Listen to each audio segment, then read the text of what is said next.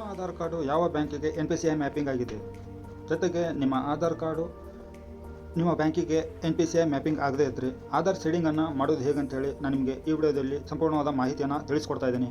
ವಿಡಿಯೋನ ಶುರು ಮಾಡೋಕ್ಕೂ ಮುನ್ನ ನೀವಿನ್ನೂ ನನ್ನ ಚಾನಲ್ಗೆ ಹೊಸಬರಾಗಿದ್ದರೆ ಚಾನಲ್ಗೆ ಸಬ್ಸ್ಕ್ರೈಬ್ ಮಾಡ್ಕೊಳ್ಳಿ, ನೋಟಿಫಿಕೇಷನ್ ಬಟನ್ನ ಆನ್ ಮಾಡಿಟ್ಕೊಳ್ಳಿ ಮಾಹಿತಿಗಳಿಗಾಗಿ. ಗೂಗಲ್ ಕ್ರೋಮನ್ನು ಓಪನ್ ಮಾಡ್ಕೊಳ್ಳಿ. ಗೂಗಲ್ ಕ್ರೋಮನ್ನು ಓಪನ್ ಮಾಡ್ಕೊಂಡ ನಂತರ ಗೂಗಲ್ ಸರ್ಚ್ ಬಾರಲ್ಲಿ ನಿಮ್ಮ ಬ್ಯಾಂಕು ಯಾವುದೋ ಇರಲಿ ಆ ಬ್ಯಾಂಕ್ ಹೆಸರನ್ನು ಈ ಥರ ಸರ್ಚ್ ಮಾಡಿ.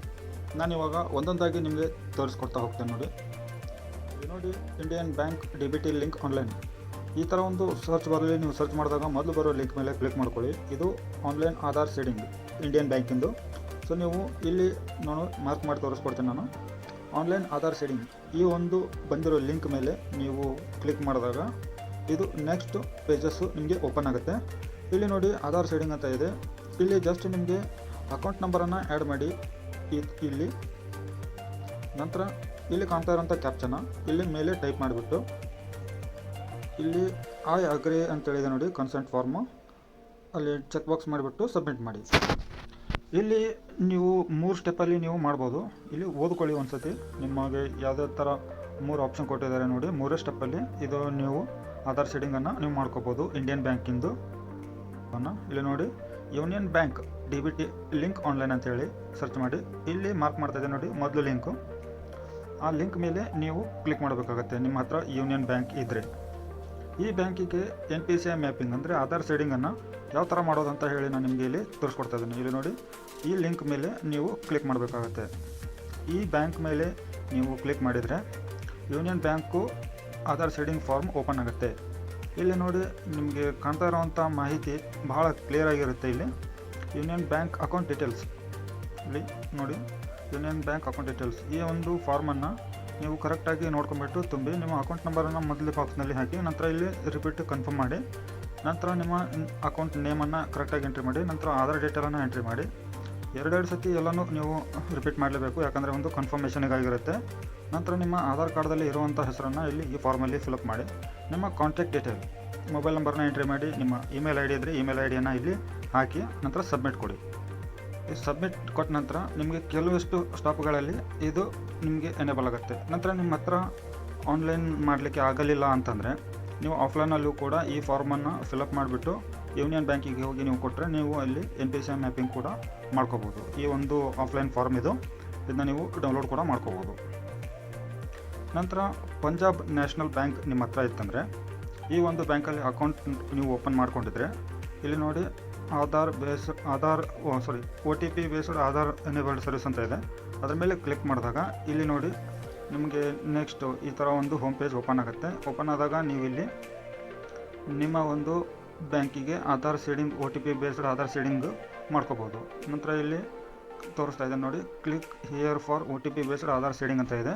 ಅದ್ರ ಮೇಲೆ ಕ್ಲಿಕ್ ಮಾಡಿದರೆ ನಿಮಗೆ ನೆಕ್ಸ್ಟ್ ಹೋಮ್ ಪೇಜ್ ಈ ಥರ ಓಪನ್ ಆಗುತ್ತೆ. ಇಲ್ಲಿ ಕೂಡ ನೀವು ನಿಮ್ಮ ಅಕೌಂಟ್ ನಂಬರನ್ನು ಹಾಕಬೇಕಾಗತ್ತೆ. ಕ್ಯಾಪ್ಚನ್ನ ಕರೆಕ್ಟಾಗಿ ಈ ಬಾಕ್ಸಲ್ಲಿ ಫಿಲಪ್ ಮಾಡಿಬಿಟ್ಟು ಕಂಟಿನ್ಯೂ ಮೇಲೆ ಕ್ಲಿಕ್ ಮಾಡ್ಕೊಳ್ಳಿ.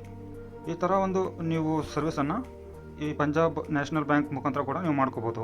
ಇಲ್ಲಿ ಕೊಟ್ಟಿದ್ದಾರೆ ನೋಡಿ 3 ಸ್ಟೆಪ್ಸ್ ಇದೆ, ಇದನ್ನು ಕರೆಕ್ಟಾಗಿ ಓದ್ಕೊಳ್ಳಿ. ಇದರಲ್ಲಿ ಸ್ವಲ್ಪ ಕೂಡ ನೀವು ಮಿಸ್ ಮಾಡಿದರೆ ನಿಮ್ಮ ಆಧಾರ್ ಸೀಡಿಂಗು ಕನ್ಫರ್ಮ್ ಆಗೋದಿಲ್ಲ. HDFC bank DBT link online ಅಂತೇಳಿ ಇಲ್ಲಿ ಕೂಡ ನೀವು ಸರ್ಚ್ ಮಾಡಿದ ನಂತರ ಸ್ಕ್ರೋಲ್ ಡೌನ್ ಮಾಡ್ತಾ ಬನ್ನಿ. ಇಲ್ಲಿ ನೋಡಿ ಆಧಾರ್ ಸೀಡಿಂಗ್ ಅಂತ ಇದೆ. ಈ ಆಧಾರ್ ಸೀಡಿಂಗ್ ಮೇಲೆ ನೀವು ಕ್ಲಿಕ್ ಮಾಡ್ಕೊಳ್ಳಿ. ಇಲ್ಲಿ HDFC ಬ್ಯಾಂಕಿಗೆ ಆಧಾರ್ ಸೀಡಿಂಗನ್ನು ನೀವು ಮಾಡ್ಕೋಬೋದು. ಇಲ್ಲಿ ನೋಡಿ ಓಪನ್ ಆಗಿದೆ ಆಧಾರ್ ಸೀಡಿಂಗ್ ಅಂತೇಳಿ. ಅದೇ ಥರ ಹಾಗೆ ಸ್ಕ್ರೋಲ್ ಡೌನ್ ಮಾಡ್ತಾ ಬಂದರೆ ಇಲ್ಲಿ ನಿಮಗೆ ಕೆಲವೊಂದಿಷ್ಟು ಕ್ವಶನ್ಸಿಗೆ ಆನ್ಸರ್ಗಳನ್ನು ಕೊಟ್ಟಿದ್ದಾರೆ. ಇದೇ ಥರ ಇರಬೇಕು, ಹೀಗೆ ಇರಬೇಕು. ಆಲ್ಮೋಸ್ಟ್ ಎಲ್ಲ ಇದಕ್ಕೂ ಕಂಪಲ್ಸರಿಯಾಗಿ ಮೊಬೈಲ್ ನಂಬರ್ ಲಿಂಕ್ ಇರಲೇಬೇಕು, ಯಾಕಂದರೆ OTP ಬೇಸ್ಡ್ KYC ಆಗ್ತಾ ಇರುತ್ತೆ. ಇಲ್ಲಿ ಲೆಟ್ಸ್ ಬಿಗಿನ್ ಮೇಲೆ ಕ್ಲಿಕ್ ಮಾಡಿದಾಗ ಪೇಜ್ ಲೋಡ್ ಆಗ್ತಾ ಇದೆ. ನೆಕ್ಸ್ಟ್ ಪೇಜ್ ಈ ಥರ ಬರುತ್ತೆ. ಇಲ್ಲಿ ನೋಡಿ, ನಂತರ ಇವರ್ ರಿಜಿಸ್ಟರ್ಡ್ ಮೊಬೈಲ್ ನಂಬರ್ನ ಅಲ್ಲಿ ಹಾಕಿಬಿಟ್ಟು ನೀವಿಲ್ಲಿ ಡೇಟ್ ಆಫ್ ಬರ್ತನ್ನು ಸೆಲೆಕ್ಟ್ ಮಾಡ್ತಿರೋ ಅಥವಾ ಪ್ಯಾನ್ ಕಾರ್ಡನ್ನು ಸೆಲೆಕ್ಟ್ ಮಾಡ್ತಿರೋ ಅದೇ ಡೀಟೇಲನ್ನು ನೀವಿಲ್ಲಿ ಹಾಕಬೇಕಾಗುತ್ತೆ. ಡೇಟ್ ಆಫ್ ಬರ್ತ್ ಸೆಲೆಕ್ಟ್ ಮಾಡಿದರೆ ಡೇಟ್ ಆಫ್ ಬರ್ತ್ ಹಾಕಿ. ನಂತರ ಇಲ್ಲಿ ನೋಡಿ ಆಕ್ಸಿಸ್ ಬ್ಯಾಂಕ್ DBT ಆನ್ಲೈನ್ ಅಂತೇಳಿ ಸರ್ಚ್ ಮಾಡಿದಾಗ ಇಲ್ಲಿ ಕೂಡ ಮೊದಲೇ ಲಿಂಕ್ ಕಾಣ್ತಾ ಇದೆ ನೋಡಿ, ಆಧಾರ್ ಸೀಡಿಂಗ್ ಫಾರ್ಮ್ ಅಂತೇಳಿ. ಇದು ನೀವು ನಿಮ್ಮ ಹತ್ರ ಆಕ್ಸಿಸ್ ಬ್ಯಾಂಕಿಂದು ಅಕೌಂಟ್ ಇತ್ತಂದರೆ ನೀವು ಆನ್ಲೈನ್ ಮುಖಾಂತರ ಲಾಗಿನ್ ಆಗಿ ಮಾಡಬೇಕಾಗತ್ತೆ. ಇದನ್ನು ನಾನು ಆಫ್ಲೈನ್ ಫಾರ್ಮನ್ನು ನಿಮಗೆ ನಾನು ಇಲ್ಲಿ ತೋರಿಸ್ಕೊಡ್ತಾ ಇದ್ದೀನಿ. ಆನ್ಲೈನ್ ಮುಖಾಂತರ ನೀವು ಆಕ್ಸಿಸ್ ಬ್ಯಾಂಕ್ DBT ನಂತರ ಇಲ್ಲಿ SBI ಬ್ಯಾಂಕಿಂದು ಕೂಡ ಅದೇ ಥರ ಇರುತ್ತೆ. ಇಲ್ಲಿ ಭಾರತ್ ಆಧಾರ್ ಶೇಡಿಂಗ್ ಅಂತ ಇದೆ ನೋಡಿ. ಇದ್ರ ಮೇಲೆ ಕ್ಲಿಕ್ ಮಾಡಿದಾಗ SBI ಬ್ಯಾಂಕಿಂದು ಈ ಥರ ಒಂದು ನೆಕ್ಸ್ಟ್ ಪೇಜ್ ಓಪನ್ ಆಗುತ್ತೆ, ಭಾರತ್ ಆಧಾರ್ ಶೇಡಿಂಗ್ ಎನೇಬಲರ್ ಅಂತೇಳಿ.